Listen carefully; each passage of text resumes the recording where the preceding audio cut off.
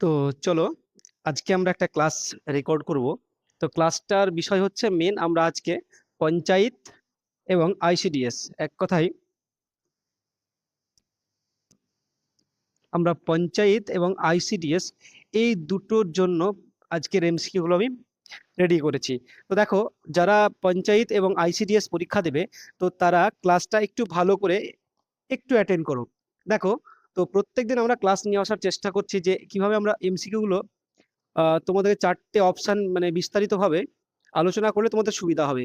এখন প্রত্যেকটা পরীক্ষা কিন্তু আমাদেরকে ব্রড ভাবে পড়তে হবে। তো দেখো, জাস্ট আমরা প্রথম প্রশ্নটা আলোচনা করি। কি বলা হচ্ছে এখানে, যে পশ্চিমবঙ্গের পঞ্চায়েত ব্যবস্থার কত স্তর বিশিষ্ট।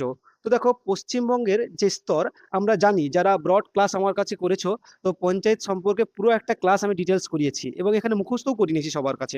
তো জানি আমরা এটা তিনটে স্তর রয়েছে, ত্রিস্তর বিশিষ্ট। স্যার, তিনটে স্তর কি কি? একবার ভালো করে ভিডিওটা দেখে বারবার মুখস্থ করে নেবে, তাহলে জাস্ট এখান থেকে তোমার কনসেপ্ট ক্লিয়ার হয়ে যাবে। তো সর্বোচ্চ সবচেয়ে উঁচু স্তর যেটা আছে সেটা হচ্ছে জেলা পরিষদ। কি রয়েছে? জেলা পরিষদ। তারপর দেখো, দ্বিতীয় বা মধ্যম যে স্তরটা রয়েছে, এই মধ্যম স্তরটা হচ্ছে পঞ্চায়েত সমিতি। এবং লাস্ট যদি সর্বনিম্ন স্তর বলে, তাহলে আমরা কি নিব? তাহলে নিব আমরা গ্রাম পঞ্চায়েত। কি নিব?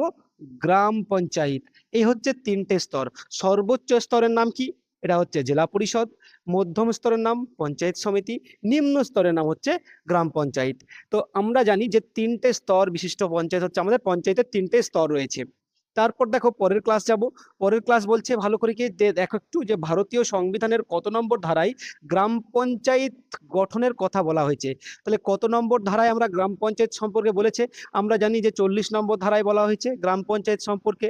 যদি কেউ আমার ডিপিএসপি ক্লাস করে থাকো, যে DPSP, directive principal of state policy, বা যাকে বাংলায় বলা হয় নির্দেশাত্মকমূলক নীতি, এখানে আর্টিকেল 40 যদি কেউ ক্লাস করে থাকো, যে আর্টিকেল 40-তে কি বলেছে, কটি বিষয় আছে, পঞ্চায়েতে কটি বিষয় নিয়ে আলোচনা করা হয়, পঞ্চায়েতের সদস্য হতে গেলে কত বয়স লাগে, পঞ্চায়েতের সদস্য কারা হবে, কিভাবে হবে, পুরো ক্লাস কিন্তু আমি ডিটেলস বুঝিয়েছি তোমাদেরকে। তো দেখো, এই যে পঞ্চায়েত আমরা জানলাম কত নম্বর, 40 নম্বর ধারায় রয়েছে। তারপর দেখো, এখানে আমরা যাব যে পশ্চিমবঙ্গের পঞ্চায়েত ব্যবস্থার সর্বোচ্চ স্তর কোনটি। আমি কিন্তু একটু আগেই বললাম যে সর্বোচ্চ স্তর হচ্ছে কিন্তু জেলা পরিষদ, মধ্যম স্তর হচ্ছে পঞ্চায়েত সমিতি, এবং সর্বনিম্ন স্তর হচ্ছে গ্রাম পঞ্চায়েত। একটু আগে আমি বললাম। তো এগুলো তোমাকে কিন্তু একটু ভালোভাবে জানতে হবে, প্রত্যেকটা জায়গা এখানে ইম্পর্টেন্ট। যে আমি পঞ্চায়েত সম্পর্কে পরীক্ষা দেবো বা আইসিডিএস সম্পর্কে, আমাকে সেই টপিকগুলো সেভাবে জানতে হবে। কততম সংবিধান সংশোধনের মাধ্যমে পঞ্চায়েত রাজ ব্যবস্থাকে সাংবিধানিক স্বীকৃতি দেওয়া হয়, যে কততম সংবিধান সংশোধনের মাধ্যমে আমরা পঞ্চায়েতকে সাংবিধানিক স্বীকৃতি দিয়েছি। তো দেখো, 42তম সংবিধান সংশোধন রয়েছে। একে সংবিধানের ক্ষুদ্রতম সংস্করণ বলা হয় বা মিনি কনস্টিটিউশন বলা হয়। তারপর 44তম সংবিধান সংশোধন, আমরা জানি যে রাইট টু প্রপার্টি পাবো। 73তম সংবিধান সংশোধন, যেখানে কি বলা হচ্ছে, পঞ্চায়েত সম্পর্কে বলা হয়েছে। এটা কত সালে গো?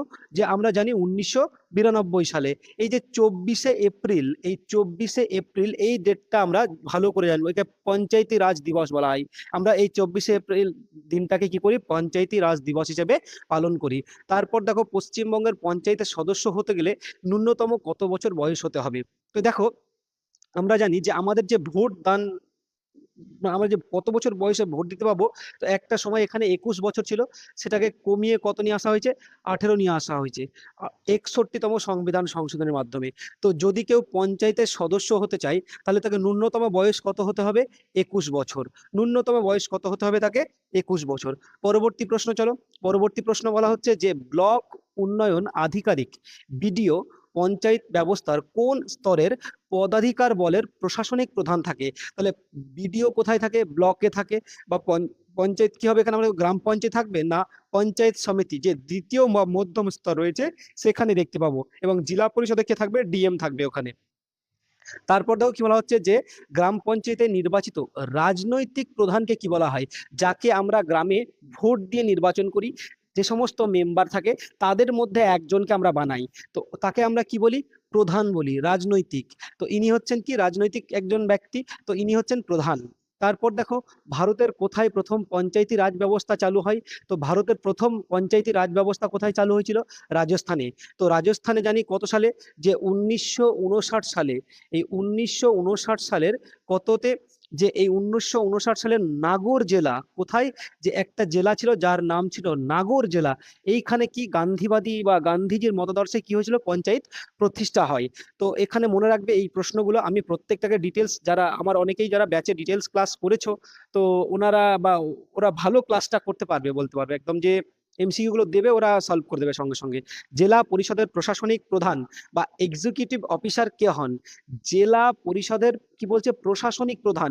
একটু আগেই বললাম যে জেলা পরিষদের যে প্রধান হন তিনি হচ্ছেন ডিএম বা জেলা শাসক, বা যাকে আমরা কি বলি IAS, যিনি ইউপিএসসি পরীক্ষা দিয়ে আসেন। তো ইন্ডিয়ান অ্যাডমিনিস্ট্রেটিভ সার্ভিস থেকে ইনি কোথায় আসেন, জেলায় আসেন। তো ইনি হচ্ছেন আমাদের জেলা পরিষদের প্রশাসনিক প্রধান। তারপর দেখো, পঞ্চায়েত নির্বাচন পরিচালনার দায়িত্ব কার উপর ন্যস্ত থাকে? এক কথায় পঞ্চায়েতের ভোটটা কে করবে? তো পঞ্চায়েতের ভোট নির্বাচন আমাদের রাজ্য নির্বাচন কমিশনার, ইনি পরিচালনা করবেন। যদি বলা হয় কেন্দ্রের ভোট, তখন আমরা ভারতীয় নির্বাচন কমিশনার করবেন। তোমরা আমাকে কমেন্টে জানাবে যে বর্তমানে ভারতের নির্বাচন কমিশনার কে রয়েছেন। তোমরা কমেন্টে জানাবে যে বর্তমানে আমাদের ভারতের নির্বাচন কমিশনার কে রয়েছে এবং রাজ্য নির্বাচন কমিশনার কে রয়েছে, এই দুটো তোমরা কমেন্টে আমাকে জানাবে। নেক্সট ভিডিও আমি খুব তাড়াতাড়ি নিয়ে আসছি। জাস্ট একটা শর্ট ভিডিও বলতে পারো, 10 মিনিট বা 5 মিনিটের একটা ভিডিও, অনেক ইনফরমেশন আছে। তোমরা ক্লাসটা ভালোভাবে অ্যাটেন্ড করো, এবং পরবর্তী ক্লাস বা আমাদের এখন অফলাইন ক্লাসে অ্যাডমিশন চলছে। তো সেকেন্ড ব্যাচ আমাদের শুরু হয়ে গেছে বা রবিবার শুরু হচ্ছে। তোমরা যারা পড়তে চাও যোগাযোগ করতে পারো, এবং আমাদের স্পেশাল প্রাইমারি টেট বা এসএসসি জিডির ক্লাস খুব তাড়াতাড়ি আসছে। তো তোমরা যোগাযোগ করতে পারো। জাস্ট আজকের ক্লাস এই পর্যন্তই, নেক্সট ভিডিও পরে আসছি।